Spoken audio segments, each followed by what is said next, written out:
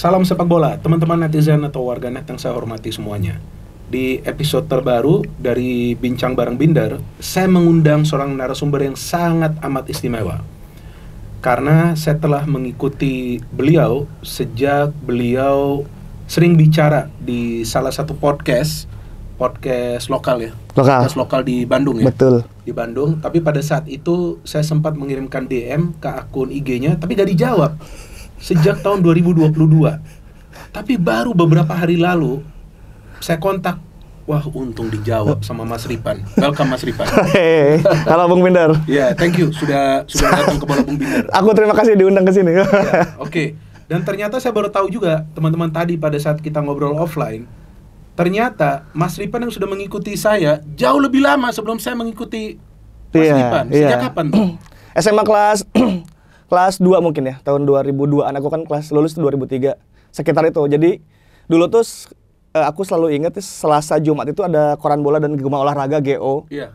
Nah, di Kamis itu ada soccer. Iya, betul. Itu anak baru dari high soccer ke soccer. Iya, betul. Nah, di situ selalu ada tulisan-tulisan Bung Binder kan soal prediksi. Iya, prediksi, betul. Nah, saya beli hanya untuk membaca prediksinya karena di kampung saya dulu ada sayembara lah. Sayembara. Dan saya selalu menang gara-gara melihat prediksi Bung Binder, sumpah. Hah? Sumpah saya jajan tuh banyaknya gara-gara dapat dari Bung Binder.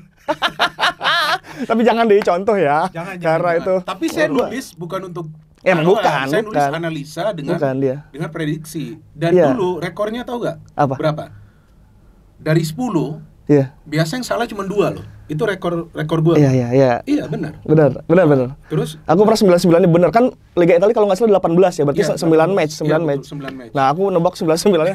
Bahkan menang seri kalah itu fix benar semua. Itu yang gede, iya kan? Itu menang gede. Seri kalah itu karena diikuti oleh banyak orang, tapi udah enggak usah kita bahas. Enggak usah dibahas. Itu masa lalu. Masa lalu, iya kan? Dan masa kini, ini nih Mas. Masa kini Persib Bandung. Gue benar-benar gak nyangka bisa back to back champions. Pernah gue membayangkan back to back. Karena yang gue tahu, yang gue ngikuti Liga Indonesia ini sejak 1994 yang unifikasi itu Galata dan Perserikatan, paling sulit tuh back to back champions. Paling sulit, bukan artinya gak bisa. Tapi paling sulit. Kenapa? Karena biasanya sebuah tim itu bisa saja melakukan perombakan. Betul. Dalam susunan pemain, kadang-kadang pelatihnya juga beda. Dan kita tahu di era Liga 1 ya, kita ngobrol di era Liga 1 aja. Jadi di era Liga 1 saja nih, yang gue ngelihat hanya Bali United yang bisa melakukan itu. Back to back ya? Ya kan, back to back. Tapi pada saat itu Bali United juga sempat bermain di kandang mereka sendiri karena pandemi. Oh ya, bubble ya kan, karena sistem bubble, beberapa pertandingan mereka sempat main. Walaupun tetap kita apresiasi. Mereka bisa menjadi juara, tapi mereka sempat bermain juga karena memang harus seperti itu sistemnya biar liga tetap berjalan kan. Namun Persib Bandung ini bos, 2 kali berturut-turut juara. Oke, tapi sebelum gue menanyakan tentang keberhasilan Persib, sejak kapan lu ngikutin Persib? Aku ngikutin sepak bola hampir semua sepak bola dari 95-an berarti. Sekitar kelas 5 SD.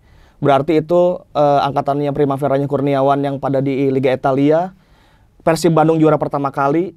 World Cup baru beres 94 Roberto Baggio yang nendang ke atas. 96-nya Widodo Ciputra berarti nyetak gol, 97-nya SEA Games. Nah, sejak fase-fase itu Bung aku ngikut. 95 Liga Indonesia pertama berarti ya. Oke. Jadi sekian lama lu ngikutin Persib juga, maksudnya semua. Sudah langsung dukung Persib? Dukung Persib karena kan ayahku dari Bandung kan, dari Tanjung Sari Sumedang kan gitu. Jadi mau nggak mau dia selalu nonton Persib dan Bandung Raya saat itu ya. Iya, Bandung Raya, betul, ada 2 tim ya. Iya, jadi selalu nonton itu, jadi ya mau nggak mau jadi kebetulan rumah juga kan di Pandeglang dulu bagian dari Jawa Barat, Banten kan. Jadi ya itunya ke Persib tentu gitu dukungannya. Apa yang terkesan bagi lu selama mendukung Persib?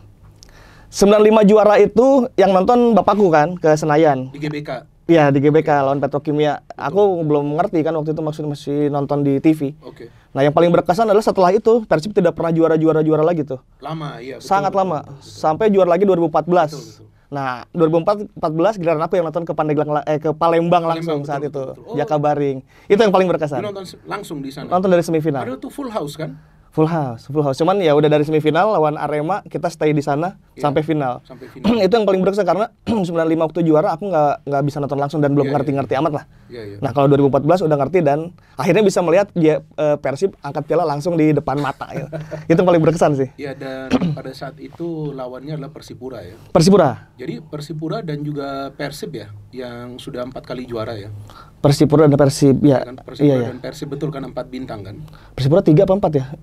Persipura kalau nggak salah iya 4 apa ya? Iya. 4. Persipura 4.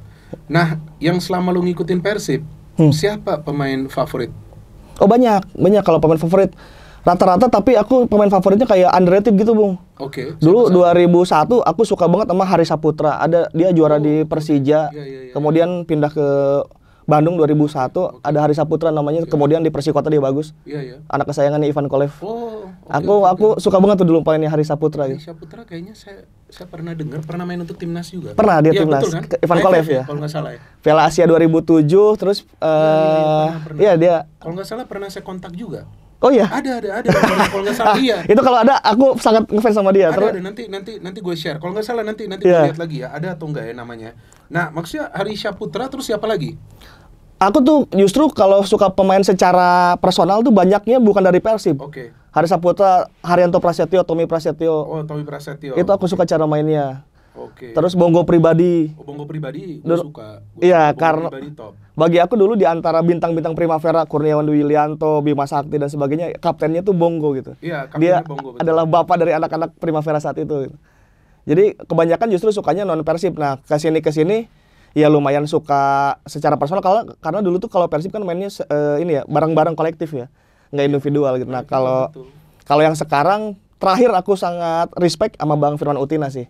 Iya, Firman Utina. Karena betul. Aku sangat melihat saat itu kebetulan liputan juga kan di Simamaung. Oke. Jadi hampir satu musim mengikuti tim juara itulah. Ya, tim juara. Dari awal pembentukan tim di Ciamis sampai juara, aku ngelihat oh ini Bang Firman yang sangat saat itu membantu di dalam dan di luar lapangannya. Iya betul, Hari Saputra saya dikasih nomornya oleh Indrianto tuh. Nah iya itu. Iya betul, saya dikasih. Saya nggak tahu nih, saya save pakai nama apa dia punya dapur, tapi saya sempat kontak. Gue sempat minta kesini, cuman dia sibuk pada saat itu. Itu salah satu favoritku di Liga Indonesia. Coba nanti gue cek lagi, gue ini. Siap. Kasih nomornya. Siap.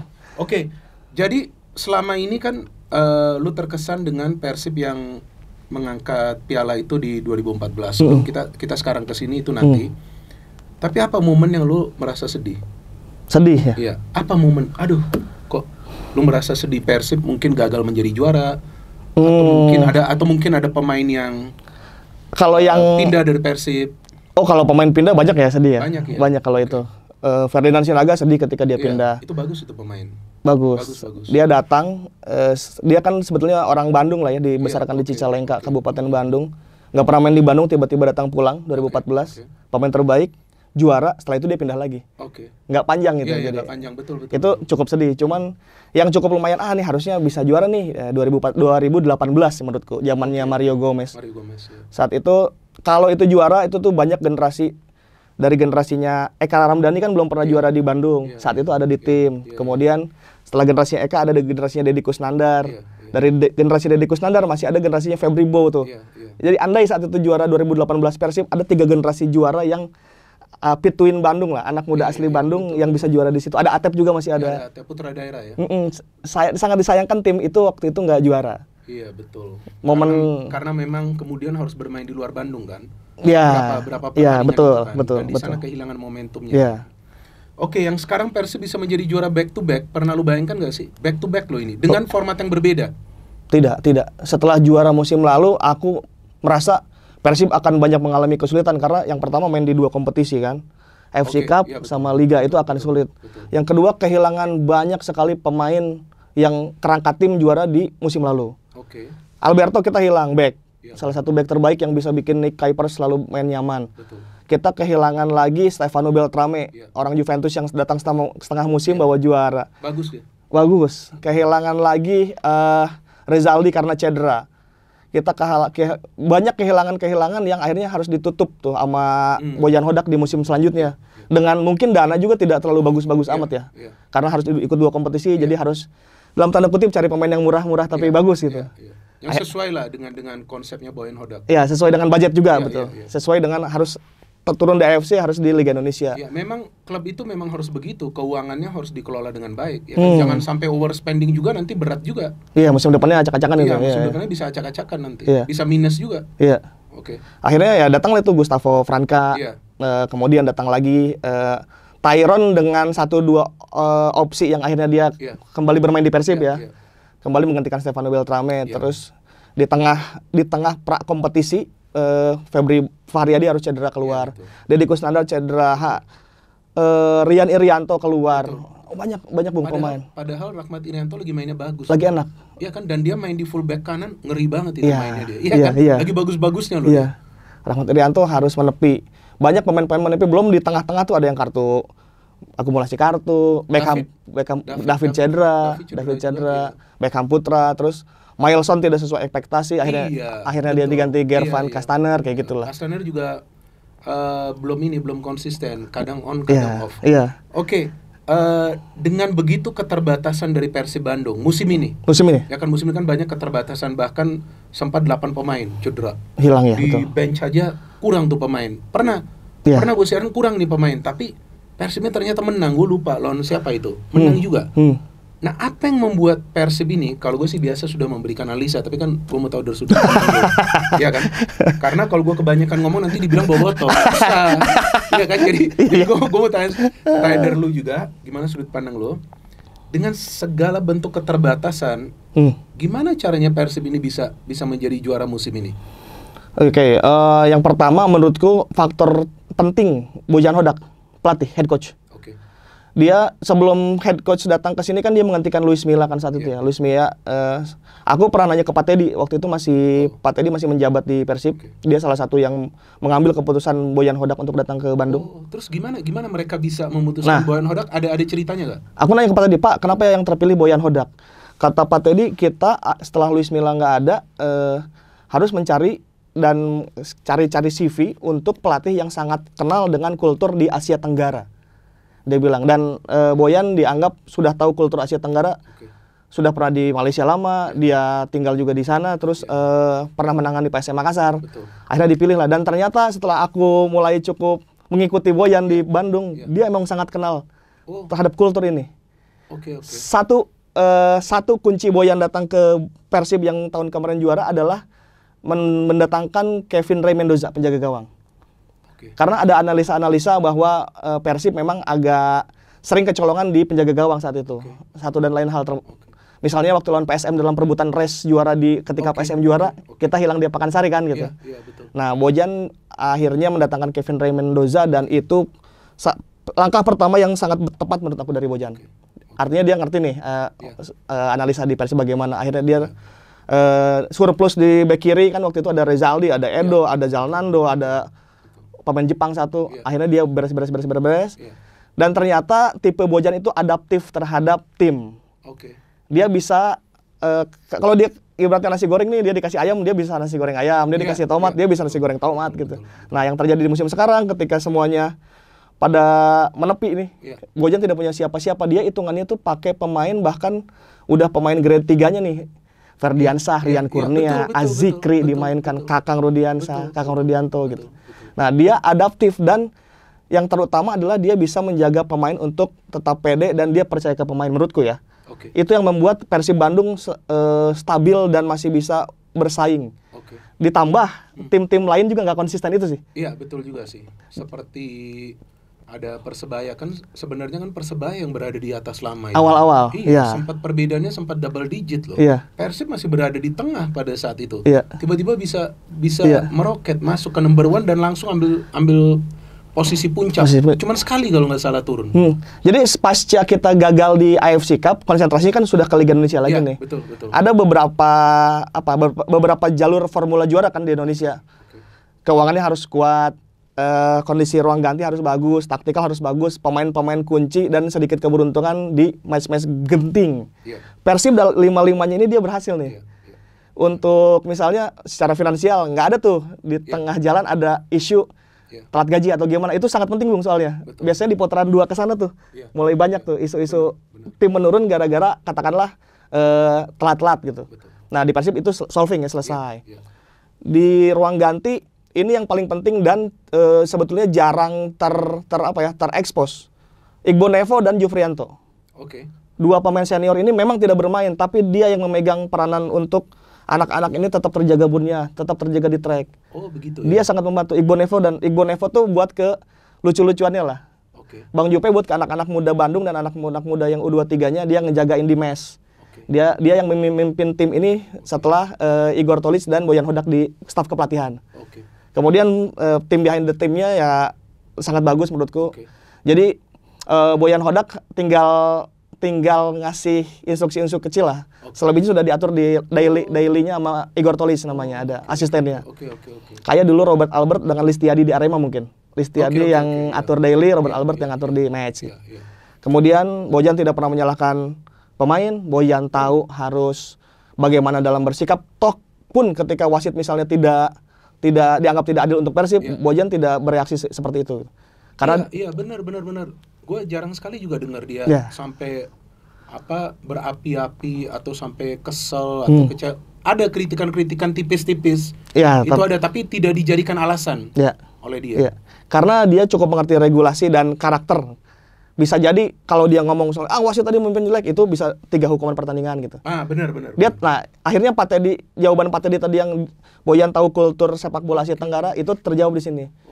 Dia tahu tim ini harus melakukan 3 jam perjalanan misalnya. Harus ke Jakarta dulu naik bus baru terbang. Nah, dia tuh tahu mengakomodir hal-hal itu. Termasuk Bung, ini yang paling utama menurutku ya. Handling terhadap media di Bandung. Jadi kalau di Bandung tuh ada istilah jangan pernah bermusuhan dengan wartawan Bandung dan jangan pernah bermusuhan dengan bobotoh. Dia menjaga dua ini dengan sangat baik. Sampai ini selama dia datang sampai hari selama ini. Dia datang. Orang wartawan tapi maksudnya komunikasinya di mana kayak dengan bobotoh? Kalau di lapangan kan setelah latihan biasanya wartawan tuh udah numpuk tuh setiap hari.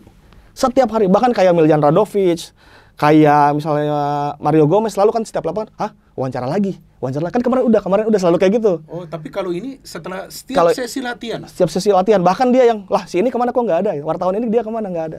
Dia sampai hafal satu-satu tuh. Wah, luar biasa ya. Dia mau setiap hari ditanya pun dia aman, dia santai, ayo tanya apa dan dia jawab. Dan dia jawabnya bukan yang normatif ya, dia jawab dengan sesuai dengan ini. Dia salah satu media handling terbaik yang pernah datang ke Bandung lah pelatihnya. Nah, hal-hal kayak gitu membuat berita-berita tuh jadi nyaman gitu. Beritanya baik, beritanya aman, nggak ada. Termasuk menurutku ya, yang paling krusial adalah ketika David da Silva di akhir-akhir musim ini tidak bisa bermain karena cedera. Mungkin aku sedikit seuzonnya ya. Sebetulnya David da Silva emang udah nggak bisa main dari match keberapa tuh? 4 pertandingan terakhir tuh kayaknya memang sudah tidak bisa main karena cedera mungkin ya. Cuman Bojan tidak membuat statement itu. Tidak membuat misalnya David absen 4 pertandingan. Dia cuman bilang bahwa David akan kita dulu ya. Betul. Kita cek dulu kondisinya. Benar. Terus match berikutnya David kita persiapkan main. Jadi sebetulnya David tidak bermain, tapi satu Bandung tidak panik karena David tidak bermain. Katakanlah saat itu Boyan bilang David nggak bisa main sampai akhir musim. Itu kan pasti bergejolak ya. Pemain takut, nggak ada goal getter. Bobotoh pasti, wah gimana nggak ada, masa nggak ada striker, bla bla bla bla bla. Kenyataannya memang tidak ada striker. Rian Kurnia main di situ, Ciro main di situ. Tapi dia bisa mendesain berita-berita itu untuk tetap tenang masyarakat Bandung, tetap tenang pemain-pemainku. Bahkan ada satu statement dia mengatakan yang gue juga kaget bahwa Dimas Derajat sudah mulai berlatih mungkin akan turun non-Malut United. Kaget saya. Ini benar atau nggak nih ternyata? Belum ada juga dia. Belum turun juga dia. Di latihan ada gitu. Dia selalu bilang Dimas sudah mulai berlatih. Jawabannya seperti itu kan? Iya betul. Tapi dia tidak ngambil sisi. Dimas nggak bisa main gitu. Nggak ambil sisi sebelah situnya gitu. Jadi itu juga salah satu strategi dia ya untuk menjaga ketenangan dari para pemain. Di Bandung tuh gampang bergejolak, gampang kalau ada misalnya pemain bintang nggak main, pemain bintang transfer keluar gitu, gampang langsung rame gitu. Karena itu membuat takutnya tidak stabil. Dan Boyan tahu karakter itu. Boyan nggak pernah statement David nggak bisa main sampai akhir. Buktinya kan sekarang juga nggak main-main. Iya nggak main-main, tapi dia nggak pernah ngomong. Nggak pernah ngomong. Absen sampai akhir musim. Itu salah satu kelebihannya dia. Hebat juga ya. Terus dengan dia pakai sistem false nine. Ya kan, ini kan dia kan pakai sistem false nine. Tadi lu mengatakan Ciro pernah bermain di sana, Rian Kurnia, tapi Tyron juga pernah. Tyron juga pernah. Nah, ini sistem false nine ini kan nggak gampang loh, apalagi di Indonesia ya. Di Eropa saja yang pernah mencobanya dan berhasil itu Pep. Yang pada saat itu Aguero cedera. City-nya juara. Dia coba itu false nine, tapi kemudian dia minta lagi striker. dia dapat Haaland. Karena gak gampang dengan false nine itu paling sulit. Kecuali dari second line punya insting yang bagus juga untuk mencetak gol. Tapi Persib dengan false nine produktivitasnya ini masih terjaga karena sampai pekan ke-31 mereka tim kedua yang paling produktif setelah Dewa United, dan mereka tidak ada goal scorer, tidak ada natural striker, tidak ada striker murni yang mencetak puluhan gol. Tertinggi Tyrone 16 gol.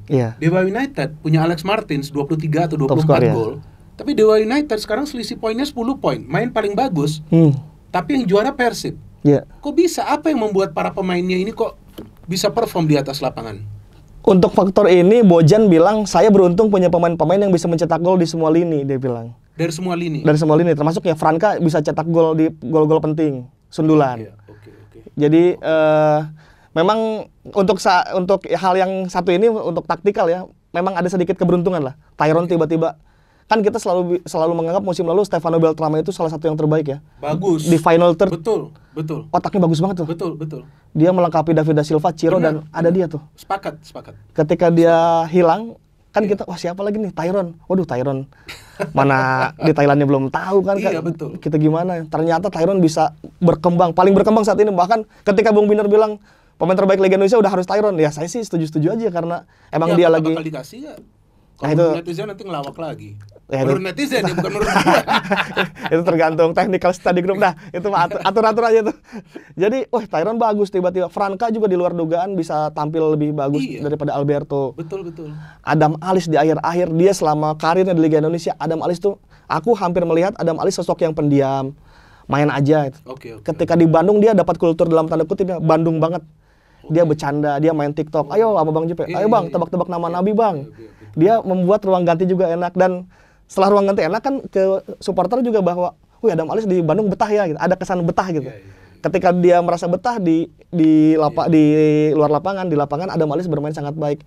Ini adalah salah satu musim terbaiknya Adam Alis, bahkan mungkin ini musim terbaiknya dia deh. Selama dia ini ini gelar pertamanya dia di Liga Indonesia ya. Adam Alis menemukan peaknya di Bandung. Itu karena kenyamanan di luar lapangan menurutku. Persib ini kan sebetulnya kalau menurut gua ada banyak pemain yang sifat leadershipnya nih bagus.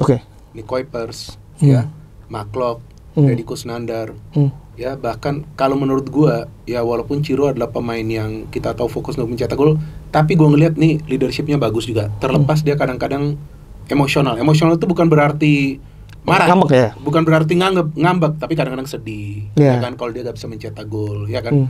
Tapi ada banyak pemain yang bisa sebagai leader di tim ini. Kalau gue sampai hari ini nggak tahu siapa sih sebetulnya pemain yang sangat berpengaruh di atas lapangan untuk mengorganisir permainan. Karena ada kan yang namanya tuh pemain yang diperlukan untuk vokal, ngomong itu. Gue sampai sekarang nggak ngerti siapa. Tyrone bagus kalau di depan. David apalagi kalau main bagus. Ciro bagus, Maklok Deddy Kusnandar bahkan di Kuipers kalau di belakang vokal banget. Ya kan, di kiri Edo si pendiam, ya kan, tapi sekarang Kevin Ray juga bagus komunikasinya. Udah mulai. Nah, kalau menurut lu siapa yang sebetulnya yang benar-benar mengatur nih di lapangan nih? Bagi Persib di lapangan ya kita ngomong. Yang kan harus ada yang vokal, sana sini sana.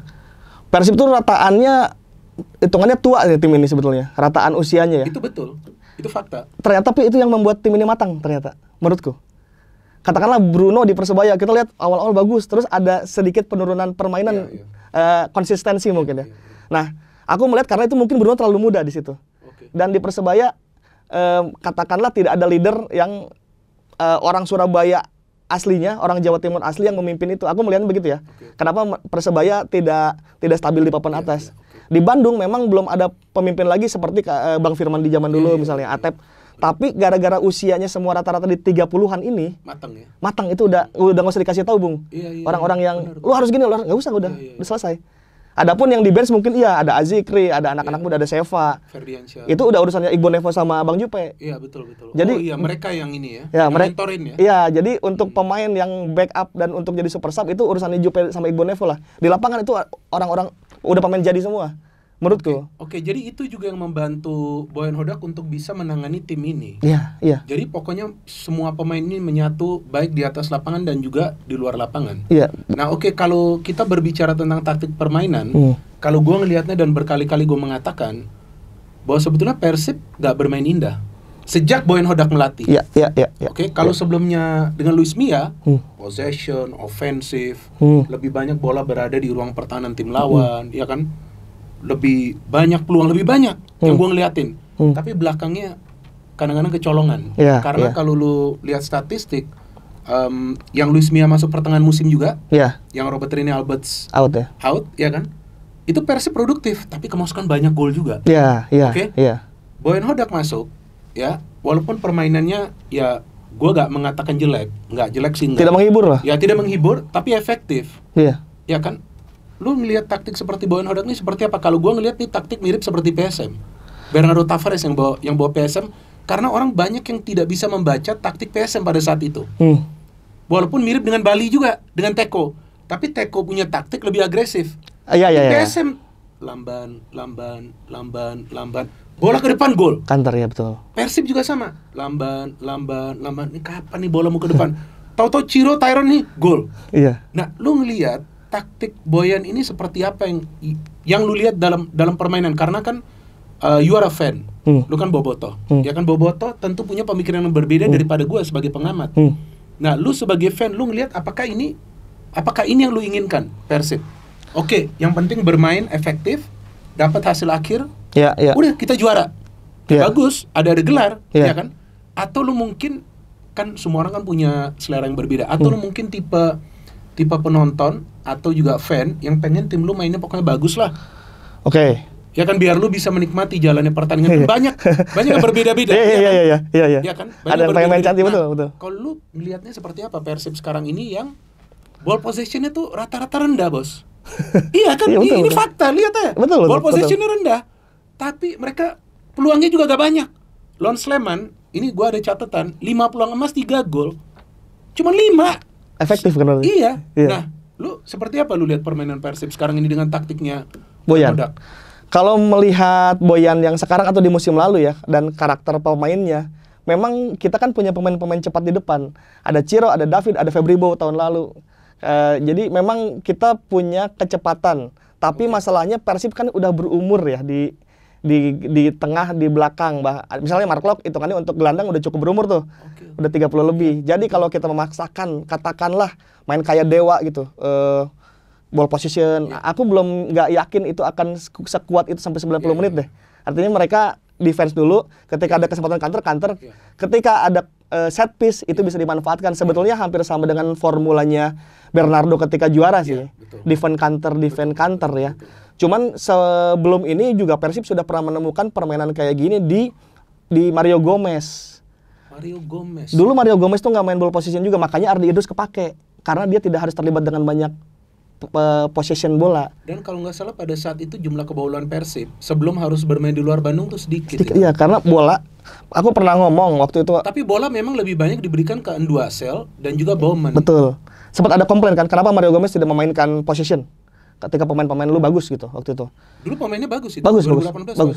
Terus kata Mario Gomez, oke, kan dulu bola dari Deden Natsir dari belakang, hajar ke depan. Cepat, hajar ke depan. Hampir selalu long ball. Karena ada Enduasel dan Bowman ini yang bagus. Terus Mario Gomez pernah bilang begini, kita kalau long ball gitu bolanya ada di mana? Ada di depan kan katanya. Kita nyetak gol gawangnya ada di mana? Di depan. Ya udah, saya berusaha sebanyak mungkin bola ada di depan bagaimanapun caranya. Maksudnya bola berada di ruang pertahanan tim lawan. Di final third ya, ada di gawang lawan lah. Oke. Kalau banyak possession ball, bolanya tuh nggak ke depan, balik lagi ke belakang. Lu kalau punya peluang ya harus bolanya diburu-buru ke depan. Jadi kita pernah belajar bahwa Mario Gomez pernah melakukan itu gitu. Tapi saat itu pemain fit kan, pemain bagus-bagus itu. Pemain dengan usia, Deddy Kusnandar masih muda, ada Oh In Kyun, ada Gozali masih muda, Febribo masih muda. 2025 usianya kan sudah mulai rontok gitu. Betul. Itu yang mengakibatkan banyak pertanyaan, kenapa pemain-pemain Persib tidak ada yang dipanggil ke timnas gitu. Nah itu gimana kalau menurut lo? Satu, yang performnya kan pemain-pemain asing. Kiper Kevin Ray. Ada di situ nih Kuipers, Franka. Siapa pemain Persib yang main inti di starting yang juara sekarang? Paling kan Mark Lok, Beckham, Edo Febriansah. Kalau lihat posisi kembalikan ke timnas, sebelah kiri Edo Febriansah udah penuh, Beckham Putra udah penuh, Beckham mau main di gelandang penuh, main di sayap kanan penuh. Kemudian Mark Lok di gelandang juga udah bersaing dengan Tom Hai gitu. Ya, itu yang akhirnya jawabannya bahwa ya tidak bisa lagi gitu. Iya, benar. Jadi apa yang dikatakan oleh Mas Ripan ini 100% benar. Gue juga pernah mengatakan. Karena timnas kita sekarang nih sudah berbeda. Ini sudah standarnya udah tinggi banget. Jadi kalaupun ada pemain Persib yang dipanggil, karena banyak perdebatan Beckham Putra harusnya dipanggil. Nah, gue pernah menganalisa, Mas, bahwa Beckham Putra ini bukan pemain yang jelek, betul pemain yang bagus, tapi dia baru kelihatan bagusnya putaran kedua. Pada saat dia mendapatkan banyak kesempatan untuk main. Ketika Febri cedera. Ketika Febri cedera, tapi di posisi Beckham Putra. Di sana. Itu paling berat. Mau mainnya di timnas itu paling berat. Iya, betul. Karena kenapa? Kalau mau kita bicara pemain lokal, masih ada Yaakob Sayuri. Karena dia. Yaakob mantap itu. Ya kan natural banget dan dia sudah punya jam terbang. Caps, ya. Nah, artinya ya ini tinggal masalah waktu saja. Betul. Akan ada pemain Persib dipanggil. Tapi yang menarik ya, netizen kan mengatakan nggak masalah dipanggil. Yang penting berada di puncak terus. Iya kan, juara terus. Kalau dari segi boboto ya iyalah ya, maksudnya makin banyak yang nggak dipanggil ke timnas ya makin aman-aman aja nih sebetulnya gitu. Makin fit. Makin fit si pemain nggak keganggu perjalanan timnas bolak-balik kan gitu. Cuman untuk masa depan ke timnas kan menurutku harus ada lagi, harus ada perwakilan Persib Bandung atau perwakilan orang Bandung yang masuk ke timnas. Aku yakin Beckham sih udah ada kalau ada nama 100 list nasional pool udah ada nama Beckham Putra sudah. Kalau gue berharap bahwa dia bisa menjaga form. Form ini yang paling berat bagi dia. Karena kenapa kalau nanti Febri sudah fit, mungkin nanti ada pemain lain musim depan, ya kan itu persaingannya semakin ketat nanti di Persib. Nah, berbicara tentang Ciro yang sudah pamitan. Ciro kalau menurut gue ini gue mengatakan secara jujur, gue suka cara Ciro main. Gue suka kenapa? Ini orang nggak kelihatan capeknya. Tapi yang lebih gila gue pernah lihat, gue lupa di match mana, dia nangis loh. Sering dia. Timnya kalah, padahal itu bukan momen juara. Masih ada match lagi. Loh, kenapa nangis? Ini pemain ini sepertinya bermain dengan hati. Ini gue mengatakan apa adanya ya. Tapi kemudian dia sudah pamitan.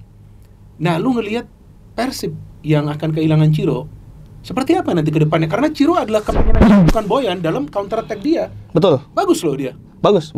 Iya. Ciro bagus, tapi kalau kita secara profesional dan menyampingkan bahwa memang dia passionate main gitu, pakai hati, pakai jiwa dan semua raga. Secara usia Ciro memang sudah 36, Bung. Betul. Maksudnya untuk di tim sebesar Persib itu sudah usia selesai sih memang.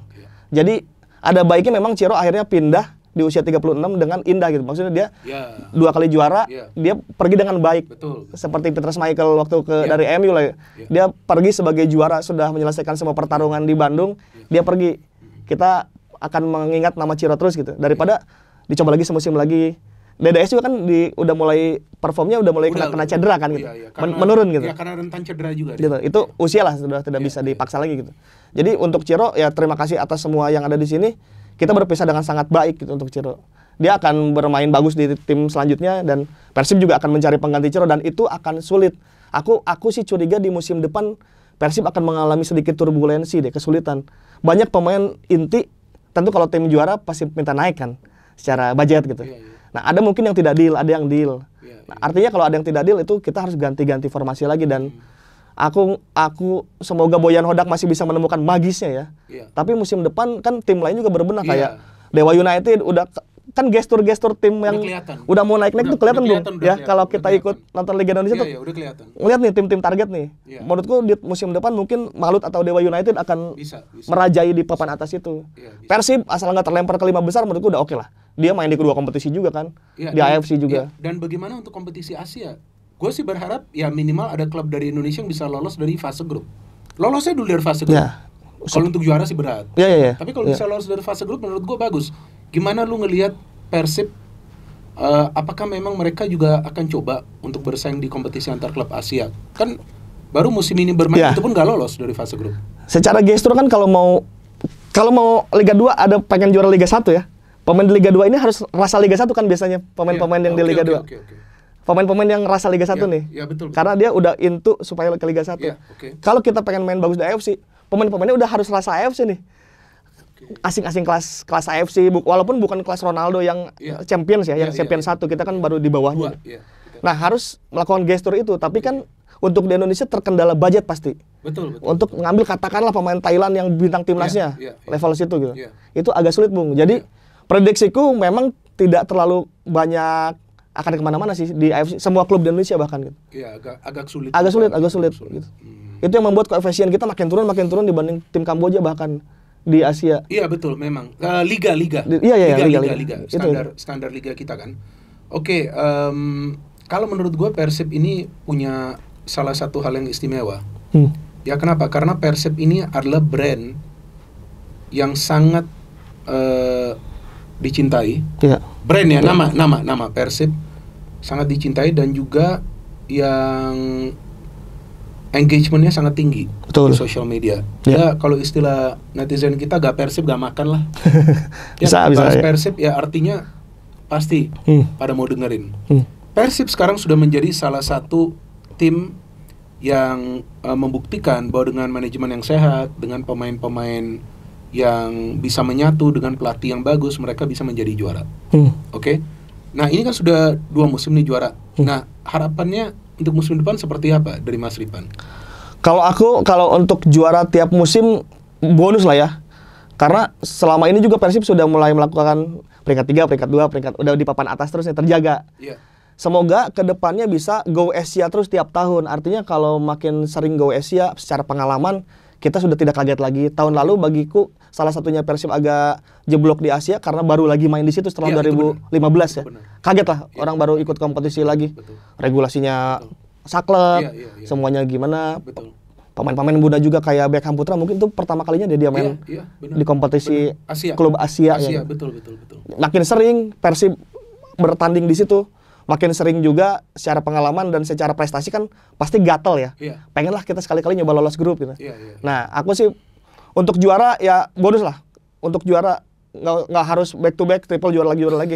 Cuman untuk Asia bagi aku tuh konsisten harus diikuti lagi tiap musimnya. Karena dengan bermain di Asia itu akan menambah jam terbang juga untuk para pemain lokal. Iya. Ya kan dengan harapan nanti mereka bisa masuk timnas juga. Bukan cuma untuk Persib tapi klub-klub lain yang nanti ikut kompetisi Asia dan itu juga yang bisa menaikkan level dari Liga 1 dari liga kita kan. Oke, sudah cukup lama kita ngobrol teman-teman, tapi seperti biasa Mas, sebelum kita menutup konten ini, biasa gue meminta narasumber yang hadir menyampaikan pesan-pesan ke netizen kita, netizen plus 62 yang budiman dan bijak. Jadi dari Mas Ripan boleh menyampaikan pesan-pesan Anda ke kamera langsung. Kalau dari aku sih bukan pesan tapi sebuah doa. Ini doa yang selalu saya panjatkan tiap tahun, bahkan tiap pergantian tahun. Semoga tidak ada lagi korban apapun di sepak bola Indonesia. Kalau aku itu sih. Itu salah satu harapanku, Bung. Makanya aku tuh nggak pernah ngasih bahan bakar buat orang berantem di timeline di Twitter. Saya tuh sama sekali nggak pernah. Bercanda-bercanda pun saya tuh selalu ngurangin karena saya nggak mau jadi orang yang jadi pemantik bahan bakar untuk teman-teman kita berantem lah. Ya kalau beda-beda kesukaan klub wajar-wajar aja lah. Tapi kalau sampai bertaruh nyawa kan nggak nggak elok bagi aku. Kalau aku sih itu sih harapannya semoga tidak akan ada pernah lagi korban-korban di sepak bola Indonesia. Oke, very good. Oke, sebelum kita menutup ada satu hal lagi. Apa? Nah, lu harus ikutin slogan dari channel ini. Apa? Oke, no hate, no politics, only football, salam sepak bola. Mantap.